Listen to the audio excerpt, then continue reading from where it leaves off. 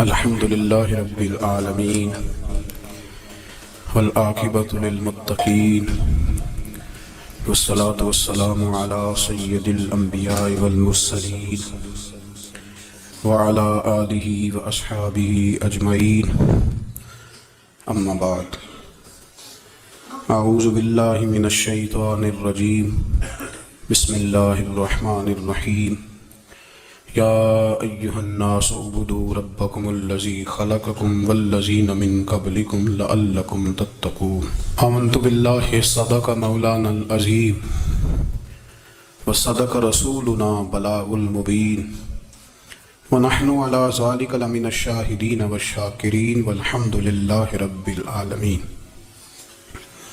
قال الله تبارك وتعالى في شان حبيبه مخبرا وامرا ان اللہ وملائکتہ یصلون علی النبی یا ایہا الذین آمنوا صلوا علیہ وسلموا تسلیما. الصلاة والسلام علیک یا سیدی یا رسول اللہ وعلی آلک واصحابک یا سیدی یا حبیب اللہ. الصلاة والسلام علیک یا سیدی یا نبی اللہ وعلى آلك وأصحابك يا سيدي يا نور الله. اللهم صل على سيدنا ومولانا محمد معدن الجود والكرم وآله وصحبه وعطرته وبارك وسلم. تمام تعریفیں حمد اور ثنا اللہ تبارک و تعالیٰ کے لیے.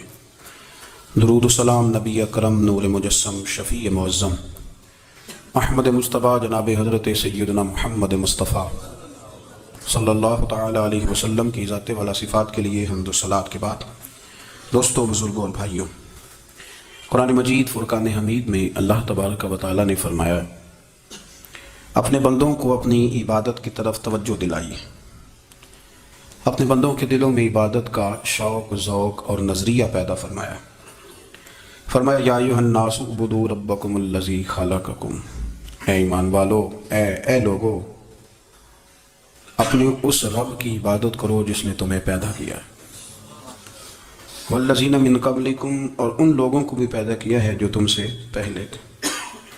تمہیں عبادت کا نفع یہ ملے گا لعلکم تتقون، کہ تم پرہیزگار ہو جاؤ گے. عبادت اس لیے کہ کرو کہ اللہ نے تمہیں پیدا کیا ہے، اور اس لیے کہ تم سے پہلے لوگوں کو بھی اللہ نے پیدا کیا ہے. اور پھر ارشاد فرمایا کہ الذی جعل لکم الارض فراشا، وہی رب ہے جس نے تمہارے لیے زمین کو فرش بنایا ہے.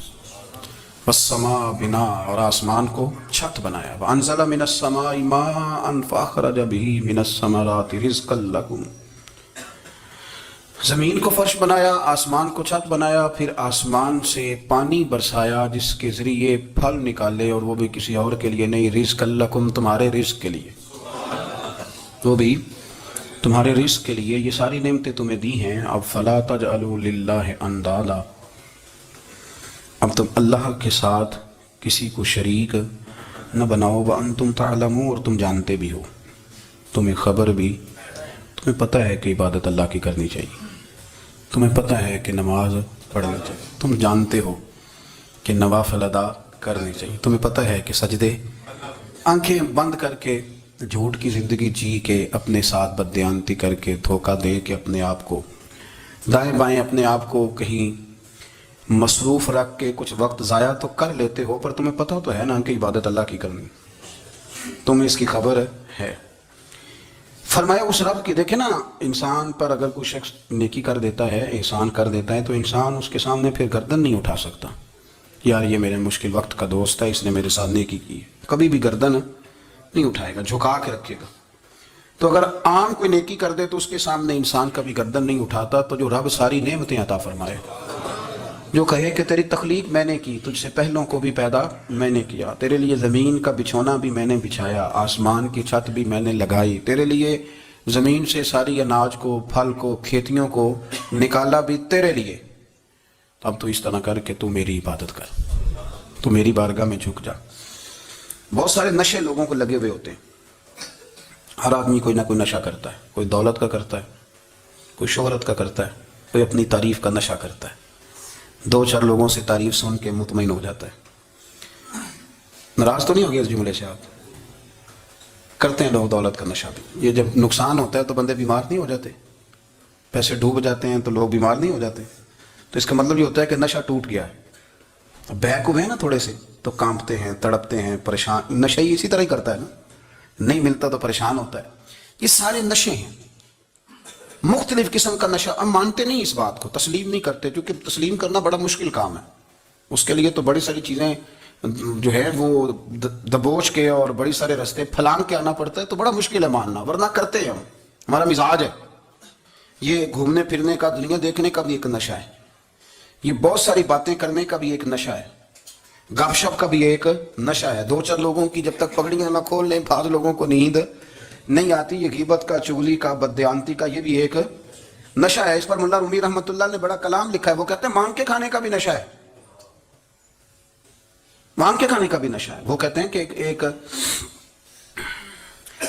بھیک مانگنے والی خاتون تھی, تو بادشاہ کے پاس بھیک مانگنے آئی, تو بادشاہ کو پسند آ گئی, اس نے شادی کر لی. اب اس کو عادت تھی بھیک مانگ کے کھانے کی, تو وہ کنیزوں سے کہا کرتی تھی کہ فٹافٹ نہ روٹی لے کے آیا کرو, میں 2-3 دفعہ مانگوں تو پھر لایا کرو. کیونکہ ایک نشہ ہے نا, تو میں مانگوں 2-4 دفعہ تو پھر. تو انسان بہت سارے نشے کرتا ہے, یہ مانتا نہیں. یہ موبائل, یہ فیس بک, یہ سارے نشے ہی ہیں. اپنی فوٹو لگا لینا, سارا دن اسی کو دیکھتے رہنا. اور بڑے بڑے سیانے بندے جو وزادار ہیں, بڑے وزادار لوگ ہیں, لیکن وہ بھی سنجیدگی کے قائل نہیں, اس طرح کے نشوں کا شکار ہیں. یہ سارے نشے ہیں جو ہم نے پال لیے. ہمارے صوفیاء, ہمارے بزرگ فرماتے ہیں کہ تم اس طرح کرو, اگر سارے نشوں سے بچنا چاہتے ہو تو سجدے کا نشہ شروع کرو. سجدے کا نشہ شروع کرو. یہ نا اقبال کہتے ہیں, عطار ہو, رومی ہو, رازی. آپ بات کو سمجھیں, عطار ہو, رومی ہو, رازی ہو, غزالی ہو, کچھ ہاتھ نہیں آتا بے آہ سحر گاہی. کہتے ہیں بہت بڑا صوفی ہو جیسے فرید الدین عطار تھے, بہت بڑا تصوف کا امام ہو جیسے امام غزالی تھے, بہت بڑا تفسیر کا استاد ہو جیسے امام رازی ہو, عطار ہو, رومی ہو, رازی ہو, غزالی ہو, پر کچھ ہاتھ نہیں آتا بے آہ سحر گاہی. اگر سویرے اٹھ کے روتا نہیں نا اللہ کی بارگاہ میں, اگر تہجد نہیں نہ پڑھتا, تو کچھ ہاتھ نہیں آتا بے آہ سحر گاہی. پھر اس کو کوئی چیز نصیب ہے. میری بات کی سمجھ آ رہی ہے آپ حضرات؟ جب تک آپ سویرے نہیں اٹھتے, آپ اللہ اللہ نہیں کرتے, آپ کو نوافل کا چسکا نہیں, عبادت کا مزہ نہیں, فرمایا میری عبادت کرو, یہ شوق پیدا کرو, میں نے تمہیں پیدا کیا ہے. ہم لوگوں کے نشے مختلف نشے, بڑا عجیب رنگ ہے. محفل کی صدارت کرنے والے بڑے پیر صاحب, بڑے القابات, بیچ میں سے بندہ تلاش کرنے سے بھی نہیں ملتا, اتنے بڑے لقب ہیں اس کے. لیکن وہ ساج سنور کے 2.5 گھنٹے بیٹھا رہا محفل میں, اور نماز کا وقت آیا تو اس نے مختصر سی پڑھی, وہ نکل گیا, ہلکے سے سجدے کیے. اتنا بڑا عشق رسول نعت کا, ہو کیا بات ہے. اور عشق رسول کا بہت بڑا پیغامبر, بہت بڑا مبلغ, اور بیچارہ سمجھ ہی نہیں سکا کہ اللہ کے رسول نے فرمایا تو نماز پڑھ میری آنکھیں ٹھنڈی ہو جائیں گی. تو یہ نشے کے عادی تو ہیں, پر حقیقت کے قائل نہیں ہیں. یہ بس ٹھیک ہے, خوابوں کی دنیا میں لوگ زندہ ہیں, پر جن کو یہ جو نشہ تھا نا عبادت کا, یہ میرے رسول پاک کی چاہت ہے, یہ میرے نبی کریم علیہ السلام کی. آپ دیکھیں نا, حضور مہینوں جا کے غار حرا میں بیٹھتے تھے. کیا وہاں تبلیغ کرتے تھے؟ کوئی کتاب لکھتے تھے؟ رسول کریم علیہ السلام مہینہ رہتے غار حرا میں. کوئی نہ مجھے دیکھے, کوئی نہ مجھے ملے, حضور یہاں کیا ہے؟ فرمایا میں اپنے رب کی عبادت کروں گا. نبی کریم علیہ السلام نے سجدوں کے ساتھ پتھروں اور پہاڑوں کو آباد کر دیا, سجدوں کے ساتھ. آپ کا سجدہ آپ کو بہت ساری چیزوں سے چھڑا لیتا ہے, یہ بہت ساری جگہوں سے جھکنے سے بچا لیتا ہے. صوفیاء, اولیاء یہ کیا کرتے تھے؟ یہ سجدے کا ذوق ہی تو پیدا کرتے تھے. سجدے کا ذوق. شاہ عبدالعزیز دباغ رحمۃ اللہ تعالی علیہ اپنے مریدوں سے فرمایا کرتے تھے کہ اگر تم پکے نمازی بن جاؤ نا, تہجد گزار ہو جاؤ, تو میرے پاس آنا جانا چھوڑ دینا.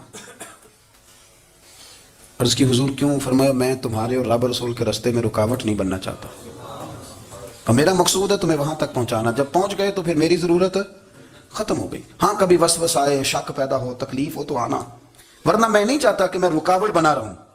تم اللہ اللہ کرو, اس مالک کو راضی کرو. میرے رسول پاک علیہ وسلم نے فرمایا بندہ اللہ کے سب سے قریب اس وقت ہوتا ہے جب وہ سجدے کی حالت میں ہوتا ہے. کس کے قریب ہوتا ہے؟ اللہ کے سب سے قریب ہوتا ہے. وہ بڑا نیڑے ہے رب کے, بڑا قریب ہے, اس لیے کہ وہ حالت سجدہ میں. وہ جب سجدے کرتا ہے نا, اس کی بارگاہ میں جب جھک جاتا ہے. آپ ذرا سجدے کی کیفیت دیکھیں نا, زبان بھی یہاں ہے, آنکھ بھی یہاں ہے, کان بھی, عقل بھی ساری, اس نے سارا کچھ رکھ دیا سجدے میں.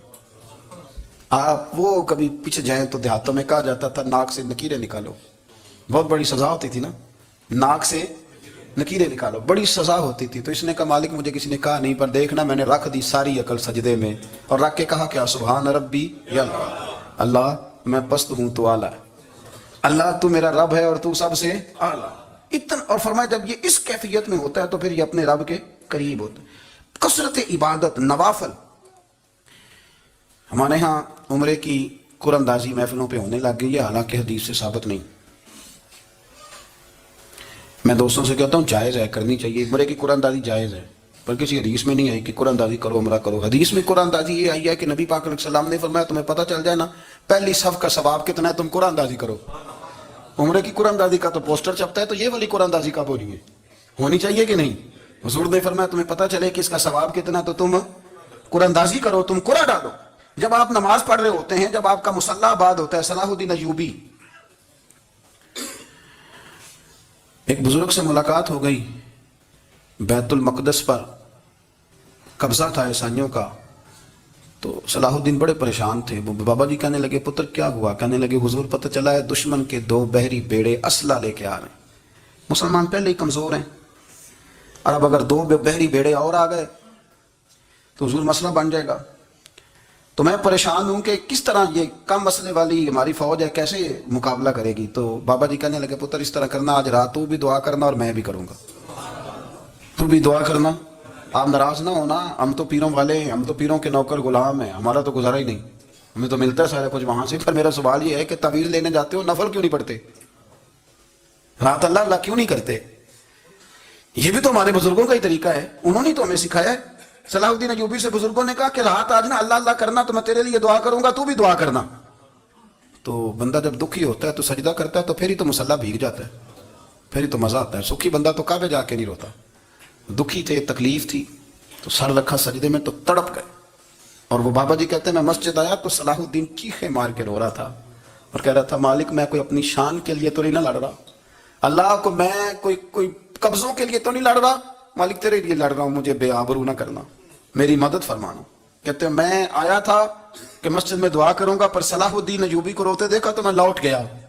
تو سویرے صلاح الدین ملے تو بڑے خوش تھے. میں نے کہا پتر کیا ہوا؟ کہنے لگے حضور وہ بحری بیڑے 2 آ رہے تھے نا اسلحہ لے کے، دونوں ڈوب گئے پانی میں ڈوب گئے. تو بابا جی کہنے لگے صلاح الدین وہ پانی میں نہیں ڈوبے، وہ تیرے آنسوؤں میں ڈوب گئے، وہ غرق ہو گئے. وہ جو تو نے مصلی بات کیا تو وہ تیرے آنسوؤں میں ڈوب گئے، وہ غرق ہو گئے، وہ تباہ اتنے قیمتی تھے تیرے آنسو کے بہا لے گئے دشمن کے بحری بیڑوں کو.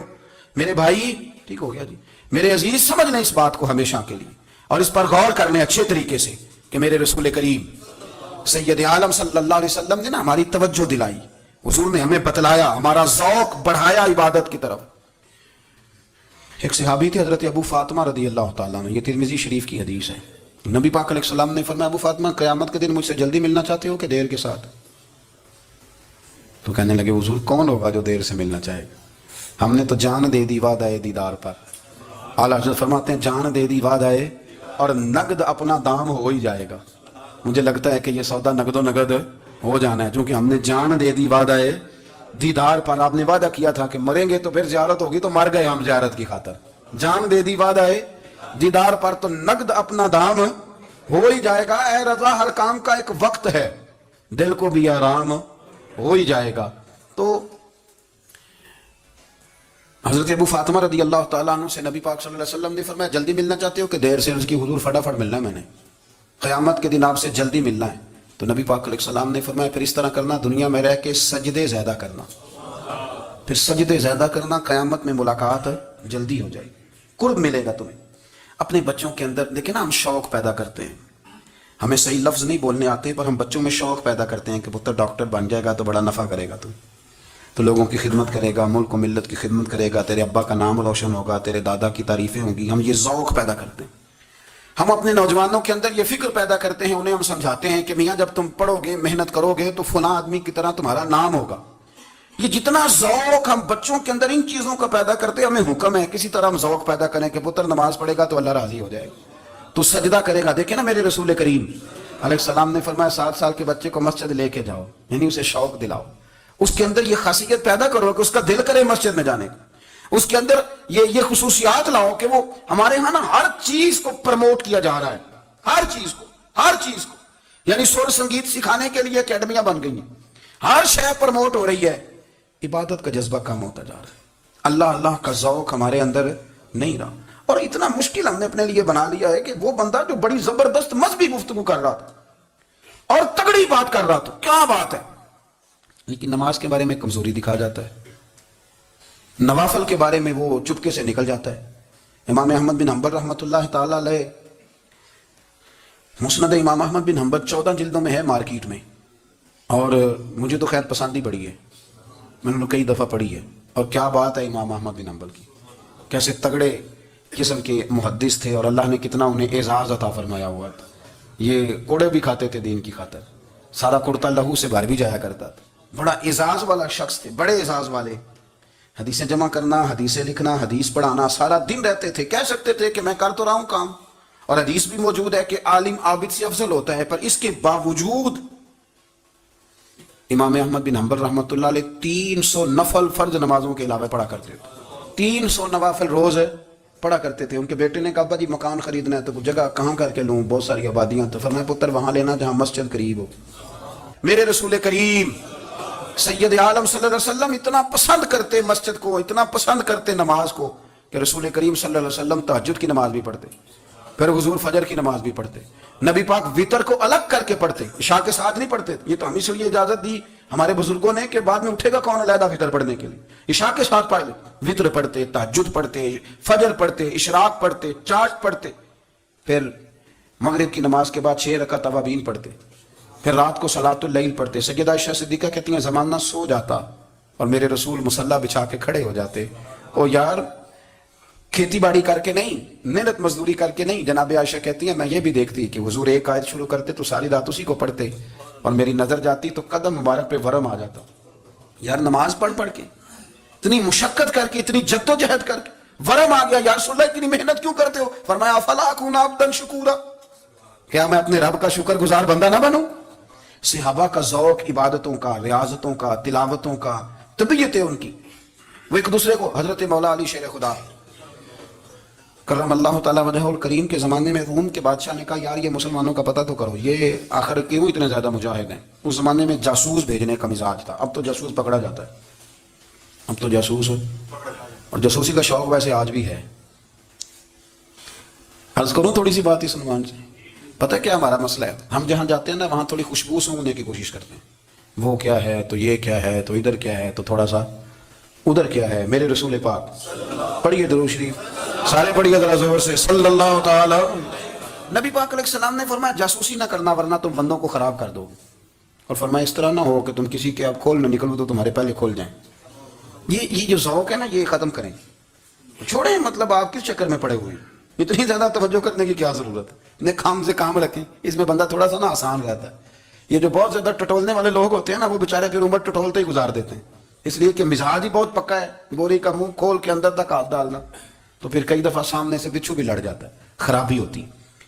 تو جاسوسی کی جاتی تھی. اس نے بھی جاسوس بھیجے کیونکہ قبیلوں کے لوگ تھے، کچھ مسلم کچھ کافر، پہچانے نہیں جاتے تھے لوگ. تو کچھ لوگ اس نے بھیجے، انہوں نے آ کے نا تحقیق کی، ریسرچ کری کہ آخر ماجرا کیا ہے. تو واپس جا کے انہوں نے رپورٹ دی نا روم کے بادشاہ کو. اس رپورٹ کا ایک جملہ بڑا شاندار ہے، وہ کہنے لگا بادشاہ ہمیں مسلمانوں کی کوئی سمجھ نہیں آئی، ہمیں کوئی سمجھ نہیں آئی. انہوں نے کہا کیوں نہیں سمجھ آئی؟ کہنے لگے یار عجیب بندے ہیں، جب رات مسلح پہ بیٹھتے ہیں تو یوں لگتا ہے ان کا دنیا سے رشتہ ہی کوئی نہیں، کوئی کسی کو نہیں جانتا، کوئی اپنے دکھ سنا کے رو رہا ہے، کوئی اپنی بات کر کے رو رہا ہے، لگتا ہے کہ ان کا کوئی رشتہ ہے ہی نہیں جب مسلح پہ بیٹھتے ہیں. اور فرمایا جب سویرے یہ جہاد کرنے نکلتے ہیں تو لگتا ہے ان سے زیادہ دلیر ہی کوئی نہیں. حالانکہ جو مسلحوں پہ رونے دھونے کے لوگ ہوتے ہیں وہ کئی دفعہ جہاد میں کام نہیں کرتے، لیکن عجیب لوگ ہیں کہ رات کے راہب ہیں، دن کے مجاہد ہیں، کوئی سمجھ نہیں آتی. میرے عزیز ان لوگوں نے مسلح آباد کر کے رکھا، تلاوتیں ان کا ذوق رہی، منظر روز پڑھنا، اسباق پڑھنا، وظائف پڑھنا، یہ ان کا ذوق رہا. اعلیٰ حضرت بریلوی رحمت اللہ نے 1000 کتاب لکھی ہے، لیکن الوظیفۃ الکریمہ کے نام سے جو وہ صبح و شام وظائف پڑھتے تھے وہ الگ انہوں نے ان کو بیان کیا، پابندی کے ساتھ اپنی اللہ اللہ کرتے. شیخ شہاب الدین سہروردی رحمت اللہ علیہ اس پر ایک بندے نے اعتراض کیا، اس نے کہا جی آپ کس قسم کے صوفی ہیں، مرید بیٹھے ہیں اور آپ وہاں نفل پڑھ رہے ہیں. یہ بھی بڑا مسئلہ ہوتا ہے نا، جو بندہ ملنے آتا ہے وہ اپنے ٹائم کے حساب سے آتا ہے، اور پھر اس کا یہ بھی خیال ہوتا ہے کہ پیر صاحب جو ہیں وہ چونکہ درویش ہیں تو نہ انہیں روٹی کھانی چاہیے نہ سونا چاہیے، چونکہ وہ درویش ہیں، اور ہم چونکہ درویشوں کے ماننے والے ہیں لہذا ہمارا یہ طریقہ ہونا چاہیے کہ جیسے ہم کہیں درویش ویسے ہی کر جائے. حالانکہ جس کو آپ درویش کہیں گے آپ اس کی مانیں گے، آپ منوائیں گے نہیں. تمہارا مزاج ہوتا ہے. شیخ شہاب الدین پر لوگوں نے اعتراض کی، حضور لوگ ملنے آئے ہیں، زیارت کرنے آئے ہیں، یہ بندے دعا کرانے آئے ہیں، اللہ اللہ کرانے آئے اور آپ نفل پڑھ رہے ہیں. کیا جملہ ہے، کیا حسن ہے، کیا خوبصورتی ہے. فرمانے لگے رب و رسول سے مانگنے کے لیے مصلی بچھایا ہے، اگر وہاں سے مانگوں گا نہیں تو تمہیں دوں گا کیا؟ پہلے مجھے کچھ لے تو لینے دو، اگر میرے پلے کچھ ہے ہوگی تو آگے دوں گا نا. تو میں مانگنے گیا تھا کہ یا اللہ دے، تیرے بندے لینے آئے، دے تو میں کچھ لوں گا تو آگے دوں گا نا. لیکن ہمارا یہ سٹیٹس، یہ مزاج، یہ شعور نہیں ہے. گپیں، کہانیاں، داستانیں، گفتگو، خطابت، واز، کیا بات. لیکن اگر کچھ کرنے کا کام ہو تو وہ نہیں ہم سے ہوتا. میرے نبی کریم علیہ الصلوۃ والسلام نے مصلی سے دل لگانے کا درس دیا. حضور نے توجہ دلائی. صحابہ اس ذوق کے حامل لوگ تھے، وہ کوشش کرتے تھے. جناب صدیق اکبر رضی اللہ تعالیٰ عنہ کا عبادت کا مزاج ہمیشہ قائم رہا. حضرت عمر فاروق ساری رات اللہ کے حضور کھڑے رہے. حضرت عثمان غنی رضی اللہ تعالیٰ عنہ عشاء کی نماز پڑھ کے 2 رکعتوں کی نیت باندھتے تھے. 15 سپارے پہلی رکعت میں پڑھ دیتے تھے اور 15 سپارے قرآن مجید کے دوسری رکعت میں پڑھ دیتے. آپ نے نا حضرت عمر فاروق کے وصال کے بعد ان کی ایک بیوہ سے نکاح کیا. حضرت عثمان غنی نے نکاح کیا. وہ خاتون آپ کے نکاح میں آئیں تو عرض کرنے لگی امیر المومنین میرے لیے اعزاز تو بہت ہے کہ میں امیر المومنین کی بیوہ تھی تو امیر المومنین کی منکوحہ ہو گئی ہوں، لیکن حضور نہ تو میں جوان ہوں کہ میرے اندر رغبت ہوتی اور نہ میں اب اس قابل ہوں کہ کوئی خدمت کر سکوں. میرے ساتھ نکاح کی وجہ کیا بنی؟ تو عثمان غنی رو پڑے. فرمانے لگے میں نے عمر فاروق کو مسجد میں اپنے رب سے ڈرتے ہوئے دیکھا، میں نے اسے روتے ہوئے دیکھا ہے، عدل کرتے دیکھا ہے، انصاف کرتے دیکھا ہے، امت کی خیر خواہی کرتے دیکھا. تمہارے ساتھ نکاح اس لیے کیا ہے کہ تم مجھے یہ بتاؤ کہ عمر فاروق گھر کے اندر اپنے رب کو کیسے راضی کرتے تھے، گھر کے اندر کیسے راضی کرتے تھے. وہ طریقے بتلاؤ، تم بتاتی جانا اور میں بھی اسی طرح گھر میں عبادت کروں. میرے رسول کریم علیہ الصلوۃ والسلام نے ارشاد فرمایا. حضور فرمانے لگے جس گھر میں اللہ کا ذکر ہوتا ہے وہ گھر زندوں کا ہے، اور جس گھر میں رب کریم کا ذکر نہیں ہوتا وہ گھر زندوں کا نہیں ہے. گھر نا ہم نا کتابوں میں پڑھتے ہیں کہ ایک بزرگ کہتے ہیں، حضرت فضیل بن عیاض کہتے ہیں کہ میں ایک گلی سے گزر رہا تھا تو گھر کے اندر کسی قاری صاحب نے قرآن کی آیت پڑھ دی، ولی من خاف مقام ربہ جنتان.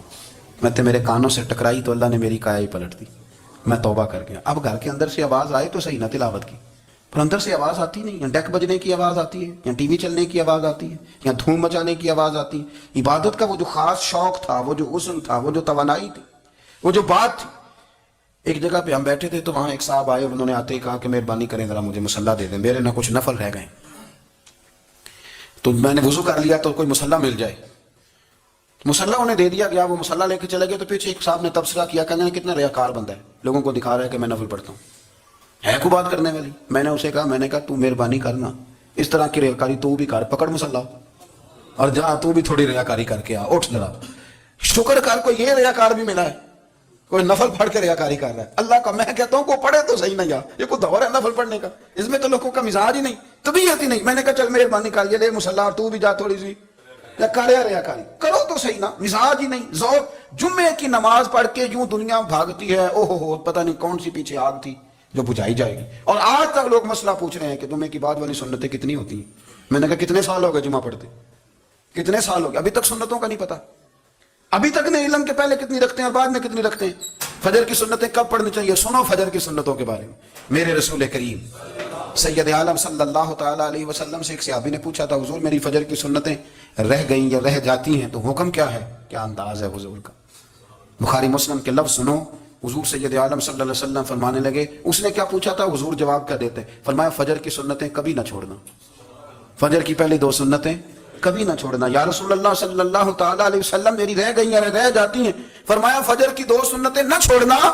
فرمایا فجر کی پہلی 2 سنتیں مجھے دنیا اور دنیا کے اندر جو کچھ ہے وہ سب سے زیادہ پیاری ہے.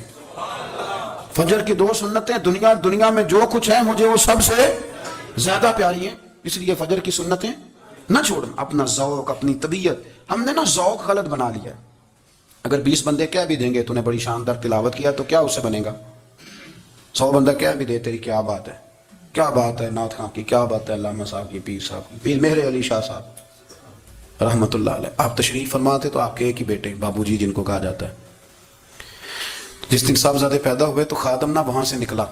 ان لوگوں کے شوق اور طرح کے تھے نا، تو ان کی توجہ بھی اپنے شوق کی طرف رہتی. تو خادم نکلا اندر سے، پیر صاحب مبارک ہو، پیر صاحب مبارک ہو، پیر صاحب مبارک ہو، پیر صاحب مبارک ہو، شور کر رہا ہے. تو پیر صاحب کو وجد ہو گیا، اللہ اکبر اللہ اکبر اللہ. وہ کیا ہوا، کس بات کی مبارک دے رہے ہو؟ عرض کی حضور اللہ نے بیٹا دیا ہے. تو آپ فرمانے لگے اچھا حضور آپ کیا ہوا، آپ تو پریشان ہو گئے. فرمانے لگے جب تو نے 3 دفعہ کہا نا مہر علی کو مبارک ہو، تو میں سمجھا تھا شاید تجھے کسی نے بتا دیا ہے کہ مہر علی سے اللہ راضی ہو گیا. میں سمجھا تھا کہ شاید تو یہ خبر لے کے آیا ہے کہ کسی نے بتایا ہے کہ مجھے آج خبر ملی ہے کہ مہر علی سے رب اچھا پتر ہوا ہے. الحمدللہ اللہ کا شکر ہے. پر میرے لیے مبارک کا دن وہ ہوگا جب میرا رب کہے گا کہ میں مہر علی سے راضی ہوں. میرے محبوب کہیں گے کہ میں مہر علی سے. آپ بات کو سمجھیں، شوق ہی کسی اور طرف تھا، دل ہی کہیں اور لگا ہوا تھا، طبیعت ہی کہیں اور مائل تھی. کوئی وظیفہ پوچھتے تھے تو پڑھتے تھے وہ لوگ، کچھ اللہ اللہ انہیں بتائی جاتی تھی تو کرنے کا ذوق رکھتے تھے، طبیعت تھی، قائل تھے. حضرت ربیع کہتے ہیں میں بڑی دور سے سفر کر کے گیا حضرت اویس کرنی سے ملنے، بڑی دور سے. اور جب میں پہنچا تو فجر کا وقت تھا. تو حضرت اویس کرنی کو میں نے پا لیا. تو وہ نماز پڑھ کے نا قرآن شریف لے کے بیٹھ گئے. فرماتے ہیں اشراق چاشت کا وقت ہوا تو نفلوں کی نیت باندھ لی. محدث ابن الجوزی نے لکھا ہے، فرماتے ہیں پھر جب زوال کا وقت ہوا تو مسجد میں جھاڑو دینے لگ گئے. ظہر کی نماز پڑھ کے تو عصر کی تیاری تک وہ مسجد میں بیٹھے رہے. اور میرے نبی پاک علیہ السلام نے فرمایا جو نماز کے انتظار میں بیٹھا ہو وہ نماز ہی میں ہے، وہ نماز ہی میں ہے. فرمایا میری دنیا میری امت کی جو رہبانیت ہے نا وہ اتنی ہے کہ نماز کا انتظار کرے. اذان کے بعد نماز کا یہ راہب ہے، یہ اس وقت چھوڑ کے بیٹھے ہیں سارا کچھ. فرماتے ہیں عصر تک انہوں نے اللہ اللہ کی، پھر مغرب تک کی، عشاء کی نماز ہوئی تو نماز پڑھی تو وہ تھک گئے. اب مجھے وہ فارغ ہوا مصلی چھوڑے تو میں ملاقات کروں نا. یہ آپ حیران نہ ہو کہ اتنی دیر بندہ کیسے اللہ اللہ کر. ہم نے کی نہیں نا اس لیے ہم پریشان ہیں. جو عادی ہوتے ہیں وہ کر بھی لیتے ہیں. وہ یہ کام میری بات کی سمجھ آ رہی ہے؟ جب جاتے ہو کسی دفتر میں تو 8 گھنٹے کھڑے رہ لیتے ہو نا، مجبوری ہوتی ہے تو کھڑے رہا جا سکتا ہے. پاسپورٹ کا دفتر بولیے، امیگریشن کی لائنوں میں، اور میں نے تو ایمبیسیوں میں بندے 12 گھنٹے پہلے جا کے کھڑے دیکھے، رہ لیتے ہیں کھڑے. تو اگر ان کاموں کے لیے رہا جاتا ہے تو اللہ رسول کے لیے بھی کھڑے رہا جا سکتا ہے. تو فرمانے لگے کہ جب عشاء کی نماز کے بعد آخر انسان تھے، تھک گئے، نیند کا غلبہ ہوا تو تھوڑی ایسے آنکھ بند ہوئی تو کھولی تو رونے لگے. حضرت ویسے کر دیا، رو کے کہنے لگے مالک مجھے غافل تو نہ کر، ابھی میں نے کیا بھی کچھ نہیں، دن ختم ہو گیا، کوئی نفل نہیں، کوئی اللہ اللہ نہیں، اللہ مجھے غافل نہ کر، میری مدد فرما. فرماتے ہیں جب وہ روئے تو میرے ساتھ جو شخص تھا میں نے کہا اٹھو چلیں. کہنے لگا حضور ملنا نہیں. فرمایا جو میں لینے آیا تھا وہ مجھے مل گیا، جو میں ان سے سیکھنے آیا تھا وہ مجھے نصیب ہو گیا، اب اور میں نے کیا لینا، ختم ہو گئی بات، اٹھو چلیں. اللہ کے بندوں نے حضرت ربیعہ بن کعب اسلمی رضی اللہ تعالیٰ عنہ فرماتے ہیں، کہتے ہیں جب بنو قریظہ اور بنو نذیر یہودیوں کے ساتھ حضور علیہ السلام نے جنگ کا اعلان فرمایا تو وہ دشمن ہو گئے. ہمیں خطرہ تھا کہ وہ رات کو کہیں محبوب کو تکلیف نہ دیں. تو کچھ لوگ نا تلواریں لے کے نبی پاک کے دروازے پہ پہرے داری کرتے تھے. گن مین رکھنا حرام نہیں، اگر کسی کو واقعی خطرہ ہو تو اس کے لیے سنت بھی ہے. حضرت علی المرتضیٰ تلوار لے کے حضور کے گھر کا پہرا دیتے تھے. حضرت ربیعہ بن کعب اسلمی رضی اللہ تعالیٰ عنہ فرماتے ہیں کہ رات میری ڈیوٹی تھی کہ میں حضور کے گھر کا پہرا دوں گا. تو فرماتے ہیں میں باہر سن رہا تھا، ساری رات ہی میرے نبی پاک نے اللہ کی تسبیح پڑھی، ساری رات، کبھی تسبیح، کبھی تحلیل، کبھی تحمید، کبھی تکبیر، ساری رات. فرماتے ہیں ساری رات حضور پڑھتے رہے اور ساری رات ہی میں سنتا رہا. مجھے اونگ آ گئی، میری آنکھ لگ گئی، حضور ابھی پڑھ رہے تھے، میں تھک کے سو گیا. اور فرماتے ہیں جب میری آنکھ دوبارہ سے کھلی تو میرے کانوں میں پھر کوئی چیز گونجی تو میں نے کان لگایا تو میرے حبیب ابھی بھی اللہ کو یاد کر رہے. ساری رات حضور رب کی عبادت کرتے. اسی لیے تو کہا یا ایھا المزمل قم اللیل الا قلیلا، ابھی ساری رات تو نہ جاگا کر، تھوڑا آرام بھی کر لیے گا. میرے بھائی اپنا مصلی، اپنی عبادات، اپنے وظائف، اللہ اللہ جو آپ نے کسی سے سیکھی ہے اس کو کبھی کمزور نہ ہونے دیں. شجرہ شریف جو کسی بزرگ سے آپ لے لیتے ہیں تو کیا رسم ہے کوئی؟ اس پہ کچھ لکھا ہوتا ہے، وہ پڑھنے کے لیے دیا جاتا ہے. اس پہ لکھا ہوتا ہے کہ یہ اللہ اللہ آپ نے کرنی ہے. ساری زندگی کسی اسکول میں داخل ہو گئے اور وہاں جا کے آپ نصاب ہی نہ پڑھیں، کتاب ہی نہ کھولیں تو پاس ہو جائیں گے؟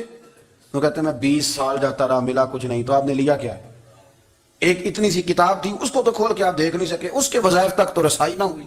اس لیے کہ اللہ اللہ کرنا مشکل ہے اور تصویر کھچانا یہ آسان کام ہے. تو جو آسان ہے اس طرف ہماری توجہ لگی رہتی ہے اور جو مشکل ہے اس طرف ہم ذوق پیدا نہیں کرتے. یا ایھا الناس اعبدوا ربکم الذی خلقکم والذین من قبلکم لعلکم تتقون.